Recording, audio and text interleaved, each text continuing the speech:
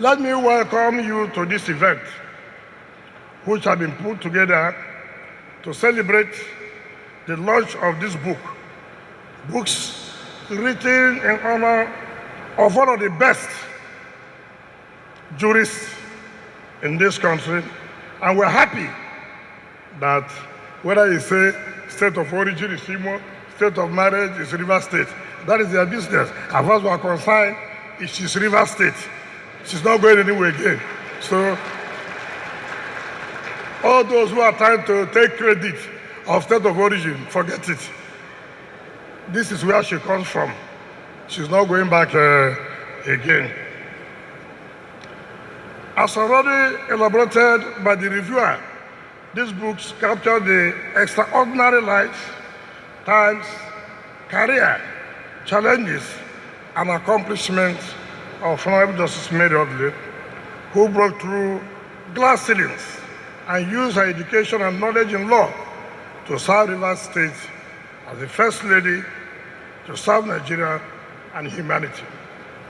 So much was said about her life, career, discipline, industry, personal integrity, high moral rectitude, and achievements during the valedictory court section in Abuja on the 12th of May, 2022.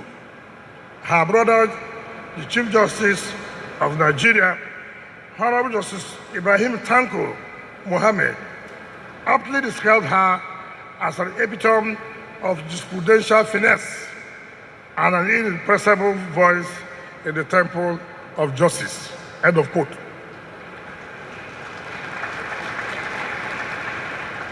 The relationship between her Justice Mary Odili and the family, myself and my wife, is a very long story, which will be difficult to exhaust.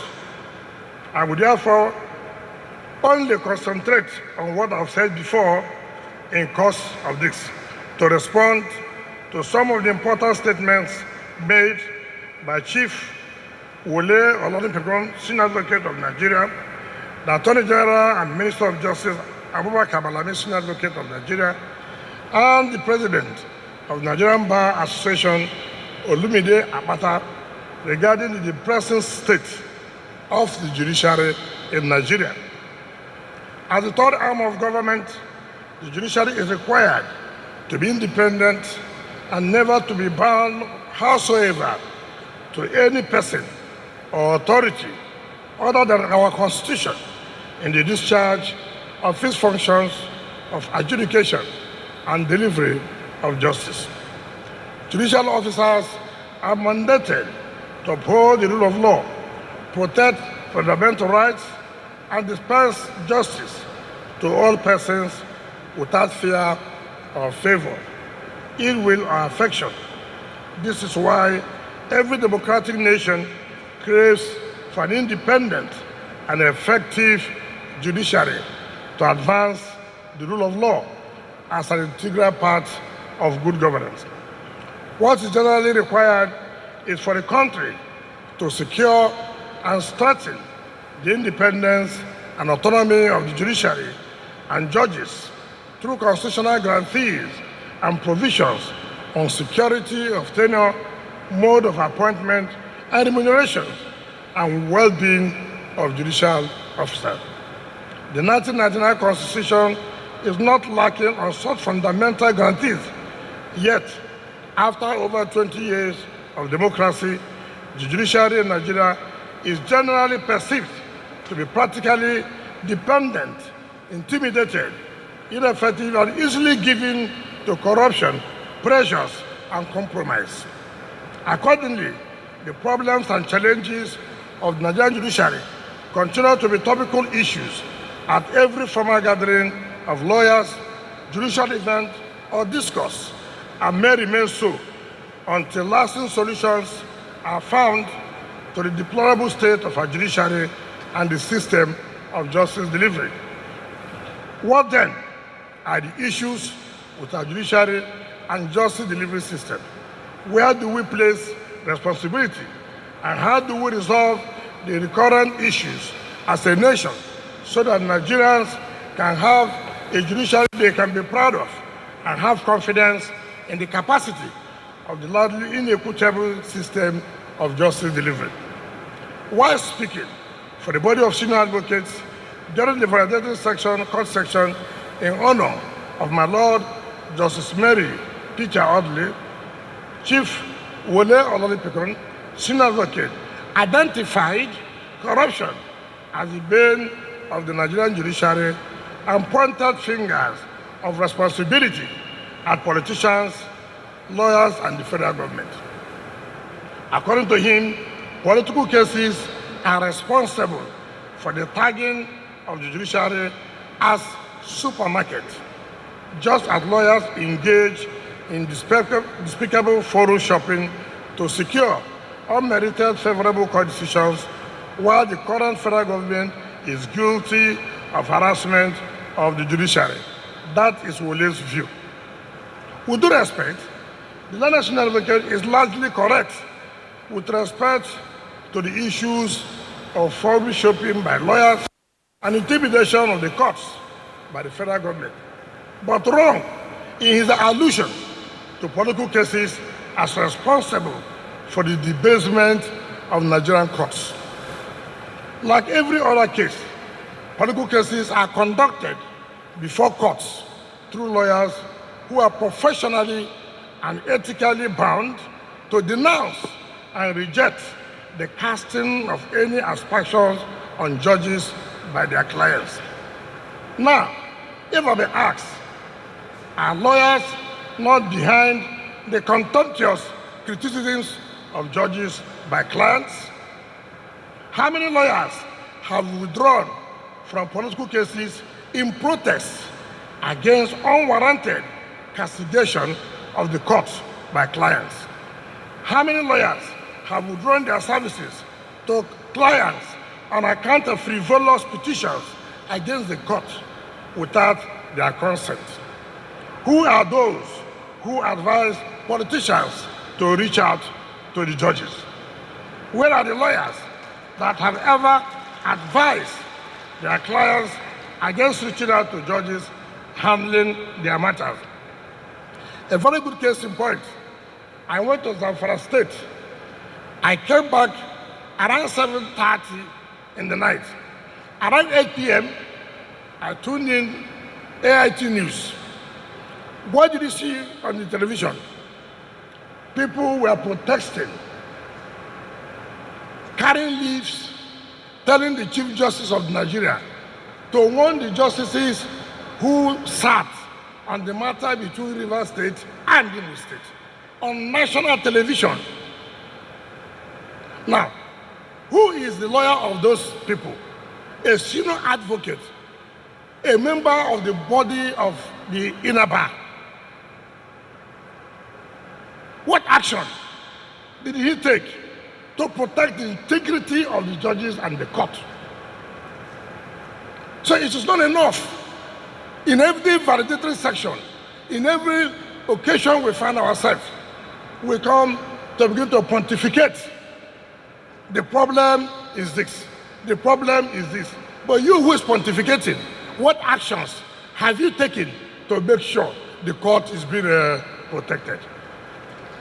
I would have felt that that senior advocate would have called his client to say, listen, if this is what I'm seeing, please come and take your file. I will not do this matter again. Then you can stand to say that politicians, people castigate lawyers and this. Your clients are doing it, and you're a senior advocate, a member of the Inaba, and yet you're still defending the same people. So we should stop this attitude of validated session, body of senior advocates, MBA chairman, then you come, you talk and talk and talk. That is the end of the matter. Secondly, For me, let us stop this scapegoating and tell ourselves the whole truth that as lawyers, most of us are involved in this despicable conduct, perpetrating the same evil, only at different levels because of our predisposition for success through backdoors without any regard to the damage we are doing to the reputation of the entire judicial system. Also speaking, along a similar theme at the same court session, the president of the Nigerian Bar Association, Olumide Abata, blamed poor remuneration for judicial officers as a major challenge to judicial effectiveness, while the Attorney General and Minister of Justice, Abubakar Malami, commended the judiciary for contributing to the sustenance of democracy through its landmark judgments. There was nothing not surprising about these comments because it is usually fitting for such occasions for routine speakers to play to the gallery with their speeches. And so, the president of the NBA was merely playing to the gallery with his complaint about poor remuneration as a problem without making any viable recommendation on what he considers to be a reasonable paycheck for judicial officers. At any rate, as a member of the National Judicial Council, NJC, why can't the NBA president discourage the practice of allocating more judicial appointments by NJC to states with less capacity to cater to the well-being of judges and less number to the states with the wherewithal and commitment to do so? Let me explain this. We all know that as a member of NJC MBA, State A, you know State A very well. You know that it has always been said that State A cannot even pay salaries of workers.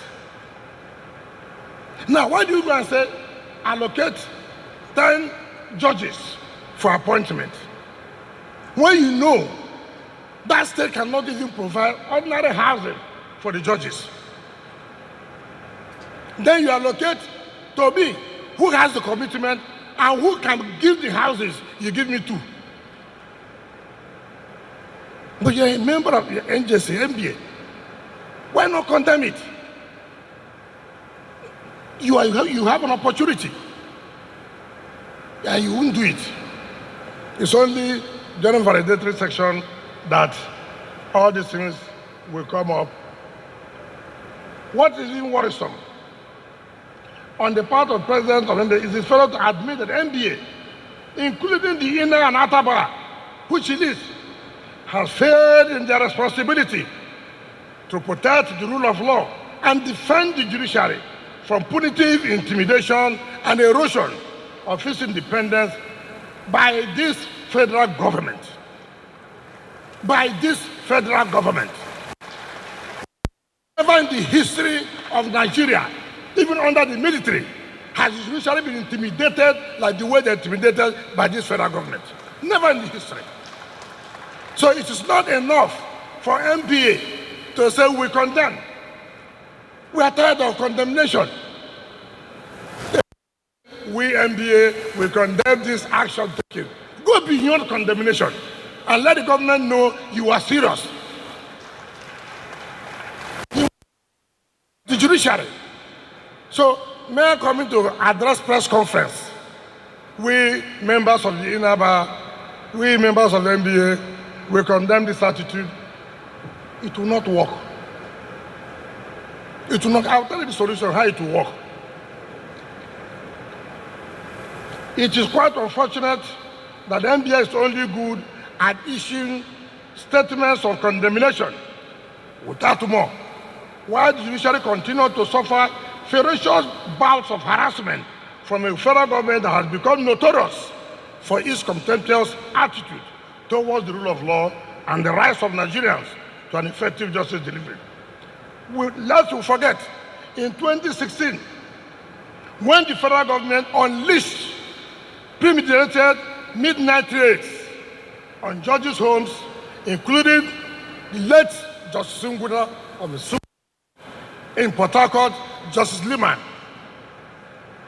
The NBA only issued the usual tipping statements without any strong protest.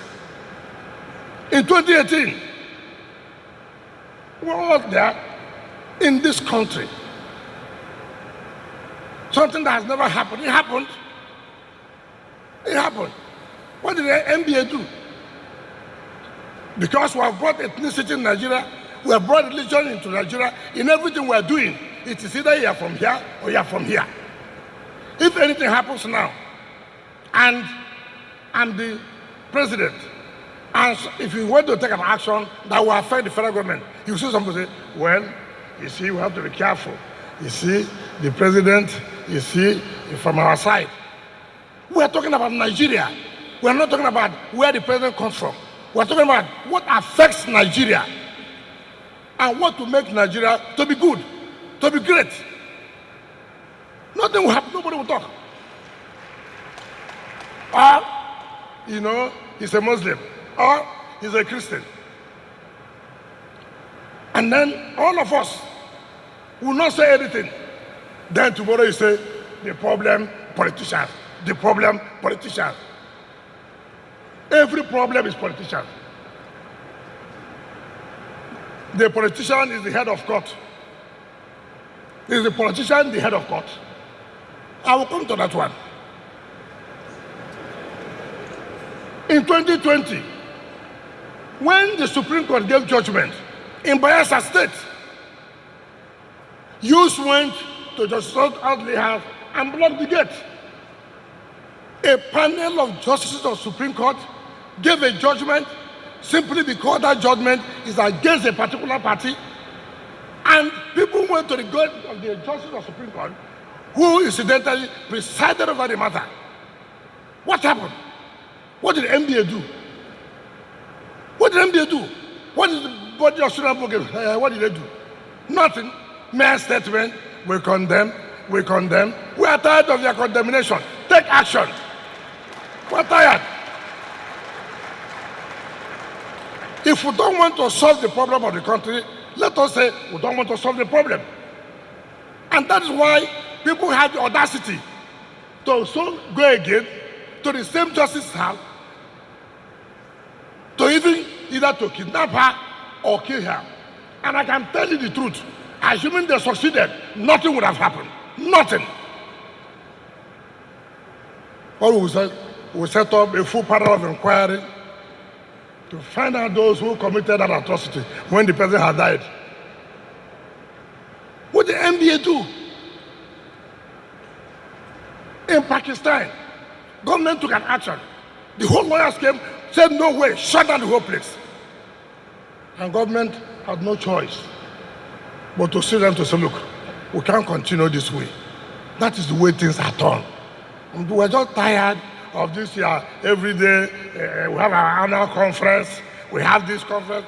I told them I will never attend any conference again because there's nothing to conference, nothing to conference. What is there to conference? Nothing. The conferencing to some of us or to some of them is to have opportunity to go out and tell their wives we have conference. They go and enjoy themselves. That is how the whole thing has been reduced to. So you don't go and take an action that, look, this is what we are supposed to do. We cannot allow this government to continue to do what they're doing. If I was not around that night that they came to raid Justice Liman's house, and nobody knows, anything could happen, and then maybe the man is kidnapped, then they will say, look, we have told you so much insecurity in Rivers. Meanwhile, who are those who came to do that? Security agencies. Probably, if they have succeeded in kidnapping our mother or doing anything harm to her, you would have said, oh, the level of insecurity in Abuja, everybody should be careful. Meanwhile, who are those who are doing this insecurity? Security agencies. Look at the story. Tell you left, tell you right. So, it is not proper. Ours should not be different, like what has happened in Pakistan. The NBA lackluster approach to social change is more of a disservice to the nation and exposes it to contempt as lawyers' body that stands for nothing noble. It must take a cue from the activist posture of the Pakistan Lawyers Association and get transformed into formidably united social force for justice and the rule of law for it to be taken seriously as relevant element in the Nigerian legal profession.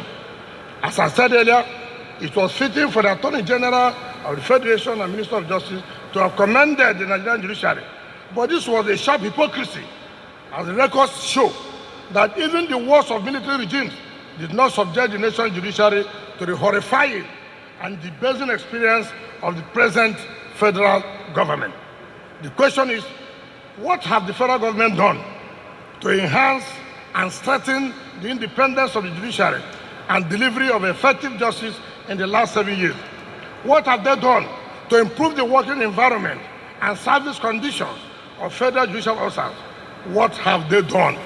Not to come to the validatory, to commend you for your judgment sustaining democracy. Yes, they have done that. What have you done to improve on the independence? What have you done for the working environment? So, you people too should stop accepting this because they read and they tell you how good you are. Let them not be coming there to tell you how good you are. They should go and put it in practice in order to accept you, to show this is what they have done. Until it was struck down by the Supreme Court, what they could come up with was the infamous Executive Order 10, which they were to deploy to unlawfully seize state funds under the guise of enforcing financial autonomy for the judiciary at the level of the states. However, contrary to their posturing, Executive Order 10 was an instrument of blackmail against the states, and the Supreme Court was right and helpful in cancelling and throwing it into the dustbin of history, because it will have caused more harm than good to the state's judicial system.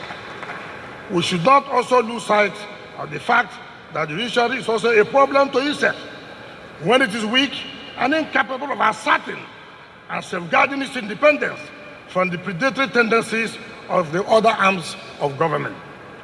When judges are lacking in courage and integrity, they easily give up to improper pressure, influence, and the entire judiciary suffers and retrogression when heads of courts fail to judiciously spend and account for funds released to them to fund their capital and overhead. I can tell you what happens. Heads of courts are giving money. Yes, the money may not be enough, but ask them too. The money you have been given, what have you used it for? What have you used it for? Yes, you blame government, we agree. We blame lawyers, we agree.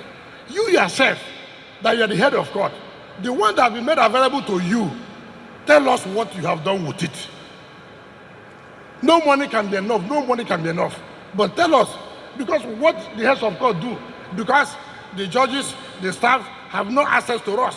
They tell you, the executive have not released money. Then you continue to abuse us. It's not correct. Sometimes, in most cases, like in my own state, monies are released every month, every month, every month, every month. So if I go to a court, sometimes I stay in the house, I say, let me go to court. I go to court, and the air conditioner is not working. I call the chief judge. Chief judge, what's happening now? No air conditioner in that court. What about the money I'm releasing? He has to tell me. Some people say, why do you go to court? I say, I'm not going to court just to listen to cases. So I go and find out what they are doing with our money we are releasing to them. So while you are blaming the government too, you also blame your own self. Don't blame us, politician. The little one we have given, use it too, and people will see what you have done with it. By and large, the problems of our judiciary and the solutions thereof are known. What is needed therefore is a leader with the political will, capacity, and courage to ensure that they are sustainably resolved and the judiciary strengthened and repositions the best interest of the nation. Just as we have done in Rivers State under my watch, I will respect and protect the independence of the federal judiciary as co-equal arm of government with the executive and legislature, and give practical expression to its financial and administrative autonomies. If I'm given the charge, by the grace of God, to be the president in 2023.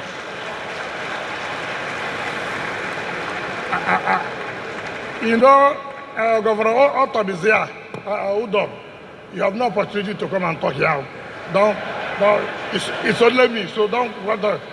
So go and do your own retirement, then you can talk. So this is my own retirement. We will ensure prompt release of capital expenditures to the heads of court, but not without severe consequences for lack of transparency and accountability in the utilization of such funds, as those found wanting will both be dismissed and assets acquired with such funds ceased. Can truly address judicial corruption without first improving the conditions of service for judicial officers. The NJC should not appoint states unless they have made provisions for decent houses with certificates of occupancy for all prospective judges.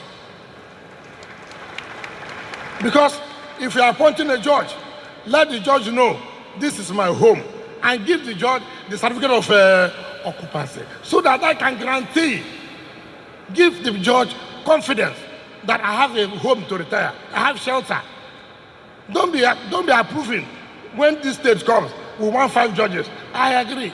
Go and show all the houses and the CFO of such judges. If not, do not approve any appointment for states who do not want to afford. Because how do you fight the corruption?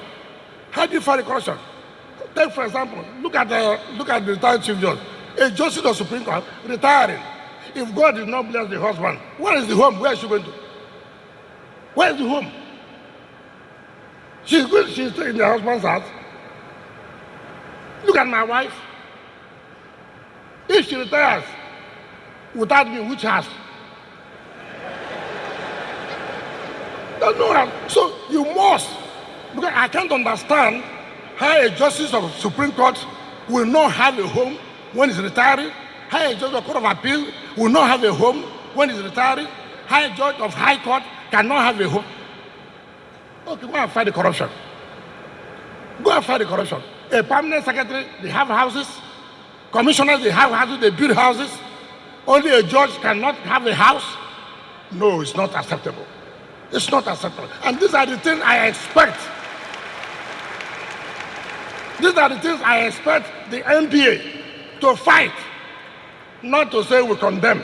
These are the things you should fight, not every day condemn. Condemn. What are you condemning?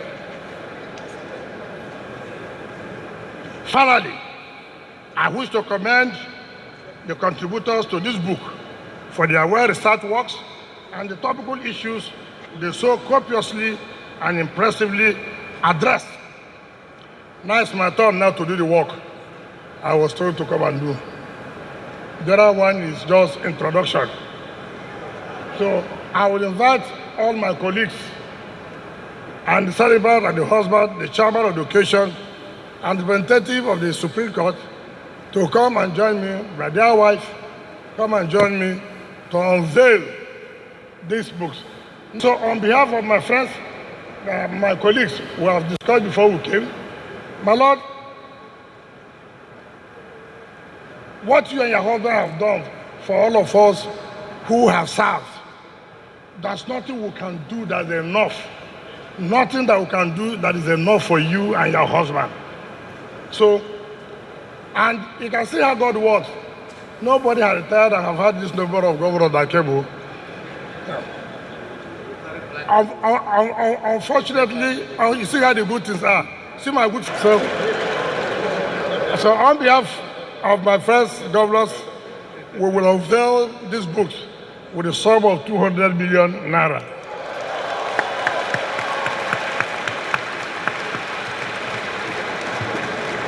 Ladies and gentlemen, please put your hands together for His Excellency. To the glory To the glory of God, on behalf of my colleagues, we unveil these 5 books compiled in honor of our mother, Justice Mary Ukego Peter Odili, in the name of God the Father, God the Son, and God the Holy Spirit.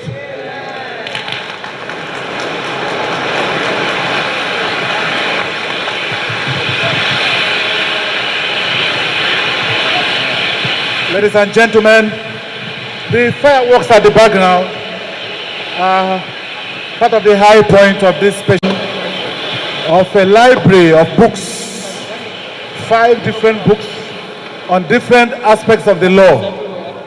The tool that served the Honorable Justice Mary Peter Odili effectively for 44 years of excellent and outstanding judicial career. And leading the League of the Governors to do the presentation after the unveiling is the host governor, His Excellency Chief Nyesom Ezenwo Wike CON, GSSRS, Power of Sports Africa. Please put your hands together as the books are being presented now. Put your hands together once again.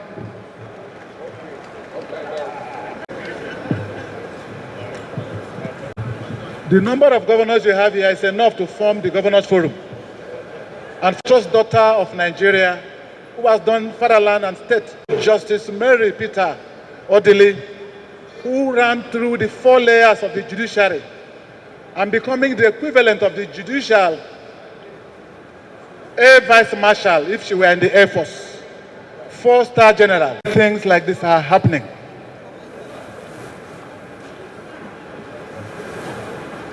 A gift of a book is a gift of the source of knowledge. All who are here are witnessing this very inestimable gift to all who are here to grace this occasion. Thank you, Your Excellencies. Thank you, my lords.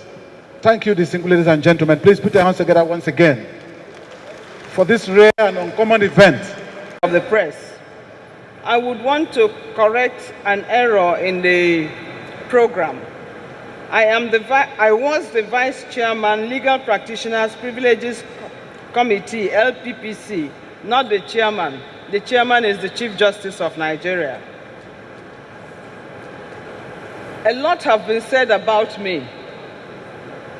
A lot of encomia. I find them very difficult to accept because I just don't see myself operating on that Golan height. The only one I acknowledge and proudly say is that I'm a very good grandmother.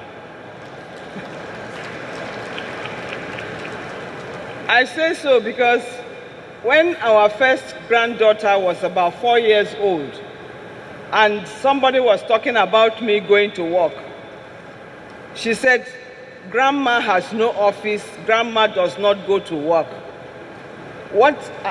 She sits down and watches television. My granddaughter could say so because we were always watching television, and of course we were watching Cartoon Network, and she never saw me writing. And so I took it that she must have felt that I gave her a lot of attention. Otherwise, she would have felt the loss of attention was explainable by maybe I was writing judgments. She never saw me with any book or pen. And so that I acknowledge I am a very good grandmother.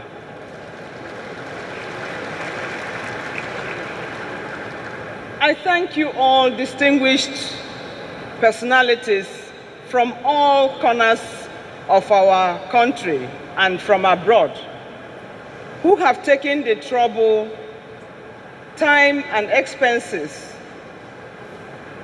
and made sacrifices and sacrificed your convenience to be here to honor me, Peter, and our family. We are very, very grateful. I thank all those who put up these books that have been unveiled by the Governor of Rivers State, the editors, the authors, apart from myself, my judgments that were captured. I also would acknowledge with thankfulness the Secretary of the National Judicial Council, Saleh Gambo, who has been very supportive of myself.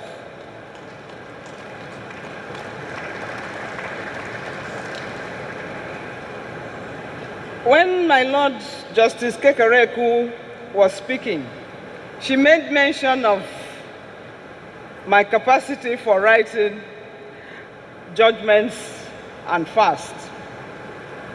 They came from the punishments I got when I was in primary school. We left the East for Lagos when my father went to Lagos to take up the position of Secretary of Nigeria Airways. And we found ourselves in the school in Lagos. And I had not heard of the word imposition. So in the class, I was discussing with a few friends. And the teacher said, "Mary, stand up." And the other two to stand up, and that we have imposition. I said, "What is imposition?" She said, "I will not disturb. Write 50 times." So somehow, from time to time, even when I didn't utter a word, once she looked at the area where there was noise making, she said I should stand. So that got me into writing fast so I can get back into the lessons. That's how I got into fast writing.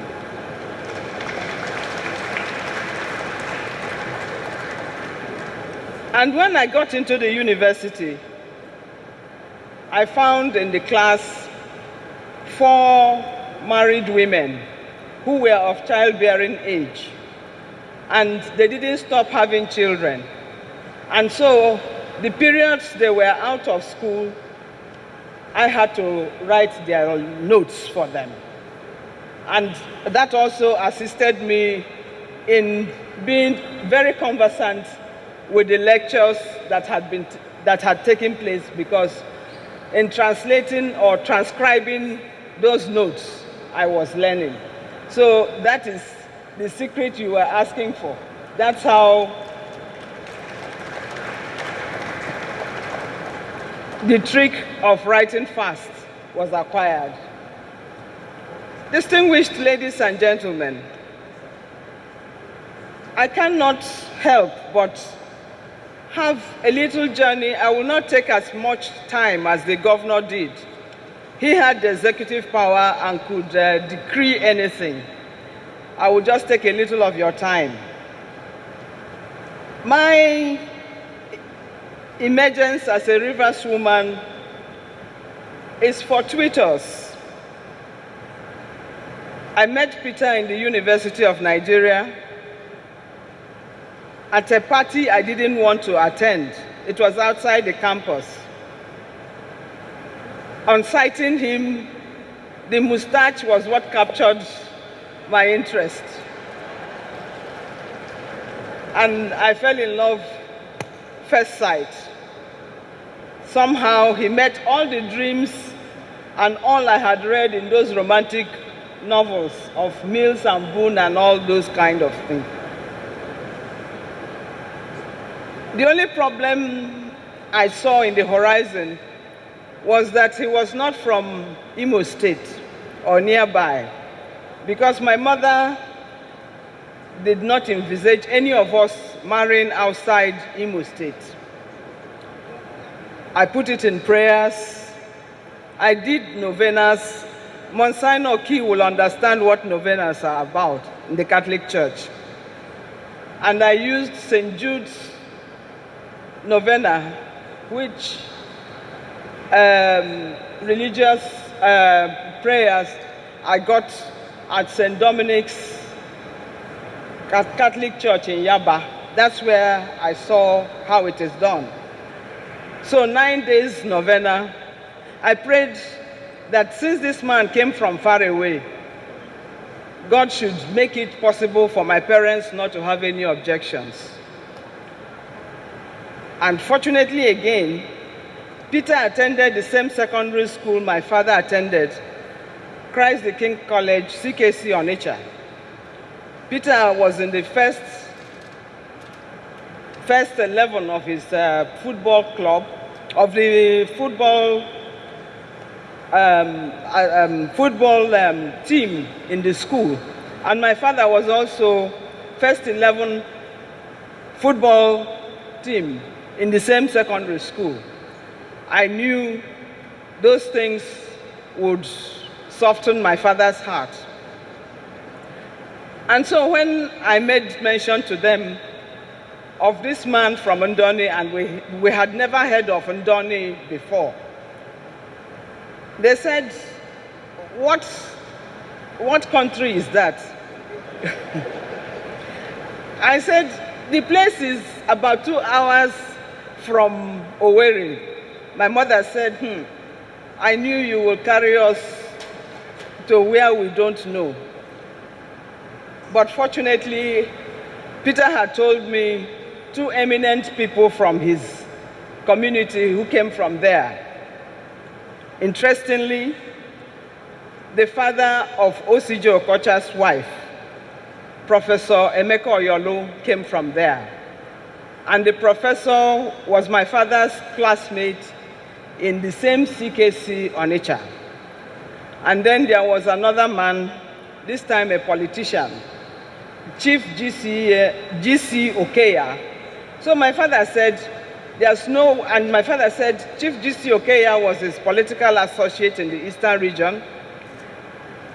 And Emeka Oyolo was his classmate in CKC Onitsha.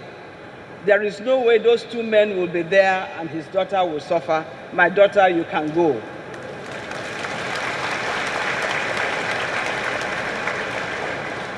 That is how my father gave the blanket consent. And when Peter asked him for the list for the native law and custom, that one my father said, my son, you have just graduated. Mary has just been called to bar. If they place 2 of you in the market square, the proceeds from the sale of yourself and Mary will not produce enough for the introduction. So carry my daughter, go and wed by special license, have the church blessing. When you are ready, you will come.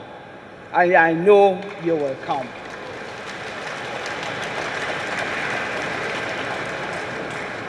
That is my history as to how I came to Rivers State. Today also marks the 35 years of the inauguration of the Women Lawyers Association, FIDA, in Rivers State. And one of those 5 books and the magazine were put up by FIDA Rivers State and FIDA Nigeria.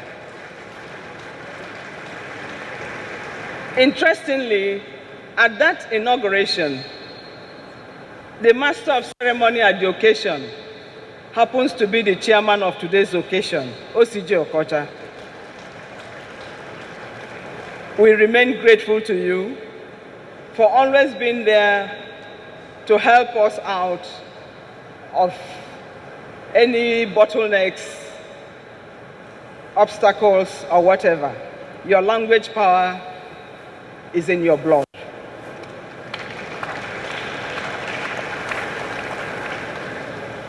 The governor and his colleagues have thrown my husband and I off the roof with their kind and generous donation for these books.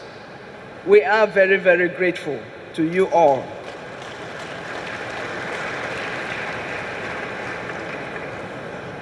My former colleagues, serving and retired, justices of the Court of Appeal, judges of various jurisdictions who are here, distinguished members of the Nigerian community in the medical field, in engineering, in arts and culture, captains of industry, the men and women who are here, our traditional rulers, we are very grateful for honoring the invitation of the organizers of this program and my dear husband. We thank you all. A lot have been said about judges, judgments, and corruption, and what have you. The truth be told, the Nigerian judges have not been treated right. And the truth has not been said of Nigerian judges who, in my view, are the very best in the world.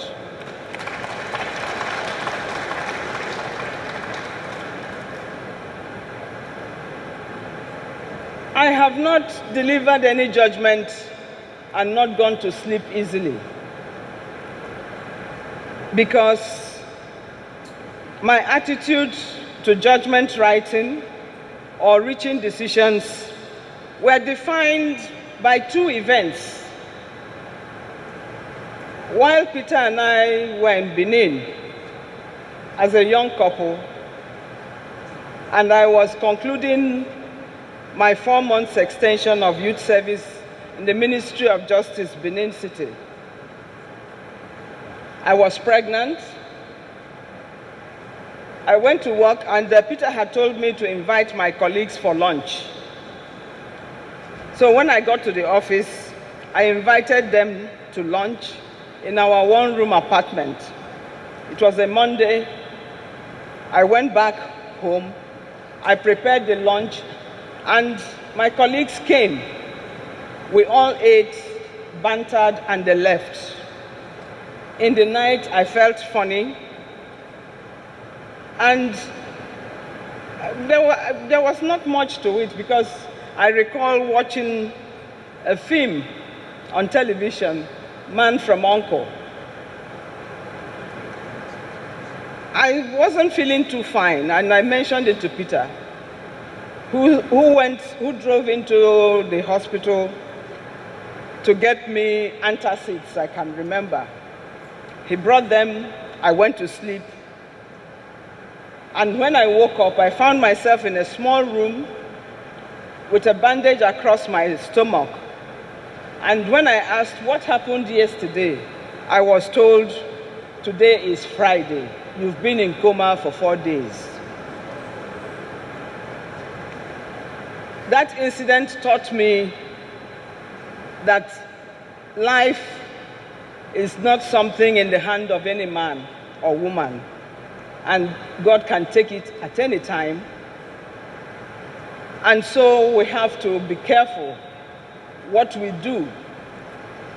You have to defend what you do while alive. The second incident had to do with when I was appointed Magistrate Grade 3, and I was assigned to Magistrate Omorodion, who later became a judge of the Edo State High Court. On the floor, littered all over the place, were record books. I was flipping through, and I saw all those great names of the old Bendel states, that is what is now Edo and Delta. I was flipping through their judgments. I said, these are these great men I've heard about, and these are their judgments. Why are they littered like this? Mrs. Omorodion told me, these are public documents. They are open to anyone to look at. So these two incidents, my health problem and the fact that the record books of any magistrate or judge are for public perusal by all and sundry, defined my way of carrying out my duties, knowing that whatever I do, if God calls me that same day or immediately after the delivery of the judgment, and I am asked questions, I can answer.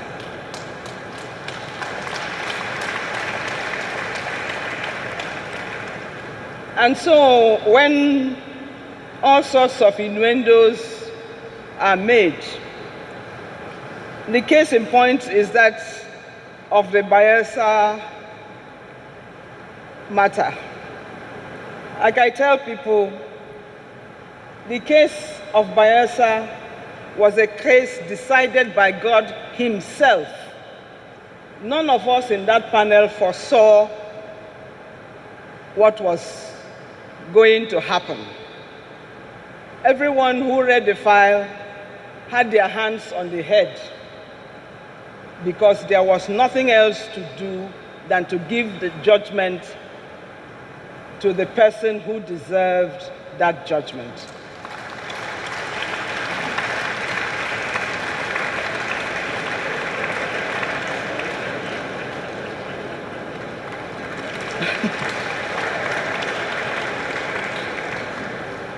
So when people were asking, are you not worried? I say I cannot be worried. Since God decided that this is the man who should occupy that seat, who am I or who are my colleagues to say otherwise? We had to do it as the law had detected that we do it. And if the heavens fell, too bad. That is the way it was.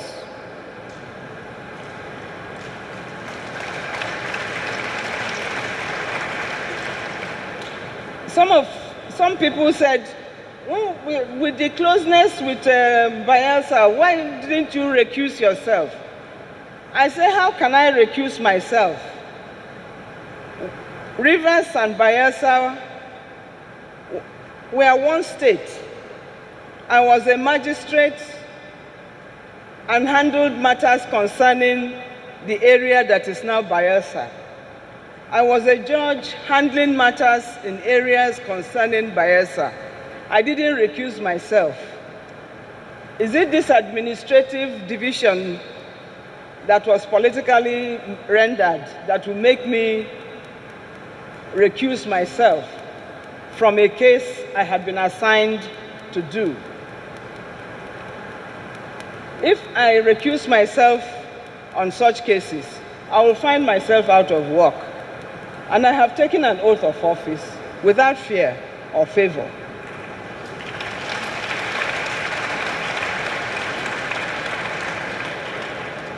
I didn't know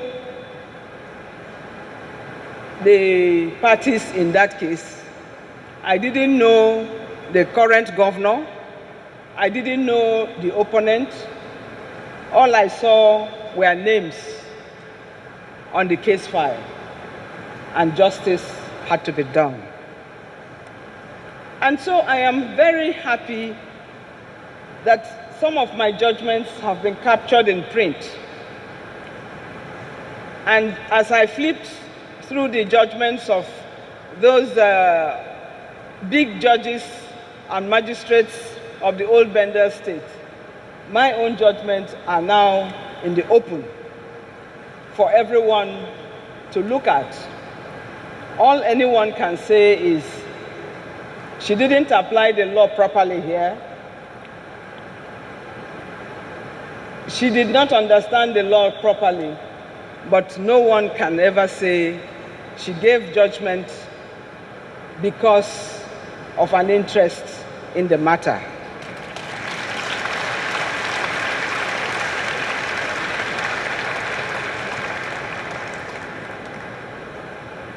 Also, I will give credit to my husband for being able to write so much. You see, he does not know, and he didn't know, that by being a medical doctor, and when the medical doctors, they work round the clock. And when he opened his hospital, very early, we got married in 1977. He opened his clinic in 1980. And because of the orientation he had acquired from the University of Benin Teaching Hospital, I am happy Professor Dejumao, my doctor, is here, and Professor Linus Ajabo, my husband's boss in the hospital. He acquired the orientation of excellence from the University of Benin. He applied it in his own clinic.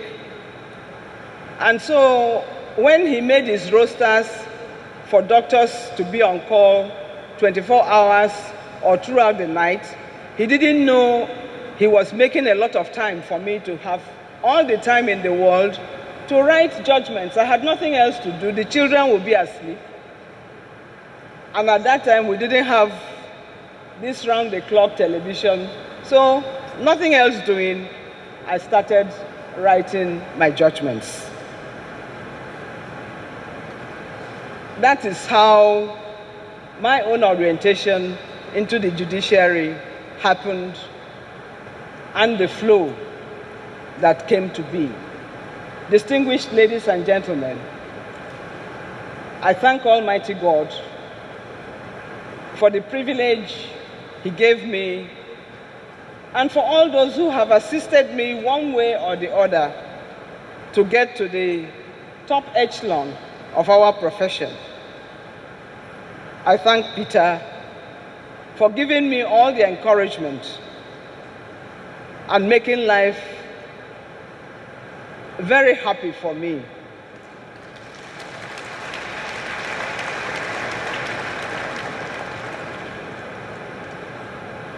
Our children have been wonderful. I thank God for them.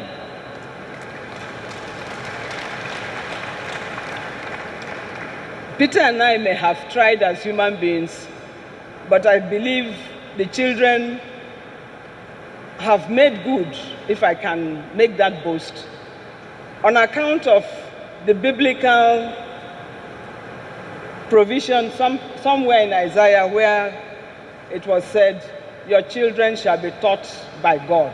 I believe He taught them. That's why the presentation of the children is the way they are today.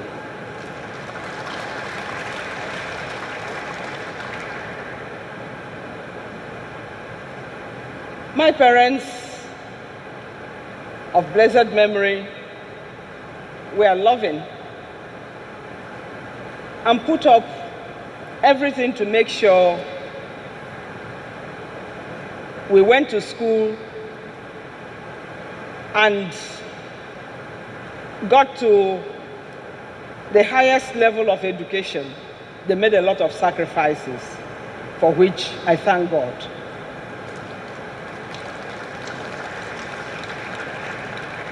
My siblings have been simply wonderful. We've remained very close over the years.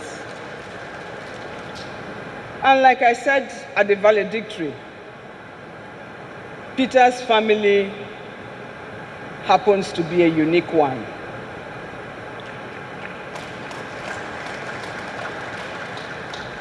Upon getting into the family, they just took me as one of them. I have never been treated as an in-law. I've always been treated as one of them. His brothers took me as their younger sister, confided in me in all spheres, and sought my opinion and advice on anything. I have been very comfortable in my marital home, which is more like my place of birth.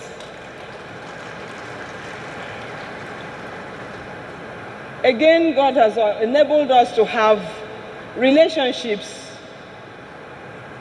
with Nigerians from all over the Federation who see us as family. And so we've never had to confront our challenges alone. We've had help here and there, with some of those associates of ours taking on the matters as if they were the ones directly affected. This is an occasion where I will say a big thank you to all our associates from all over the Federation. And the attendance of a lot of my former colleagues here will attest to the fact that our relationships have endured. My friends, my colleagues, my former colleagues, all of you, I say thank you. The organizers of this program, I don't know what to say to you. All I can say, may God reward you abundantly for a wonderful program you've put up. The wife of the governor, you have been exemplary.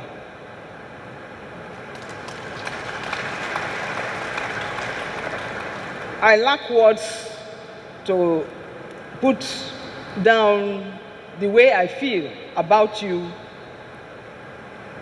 and your family, including the governor.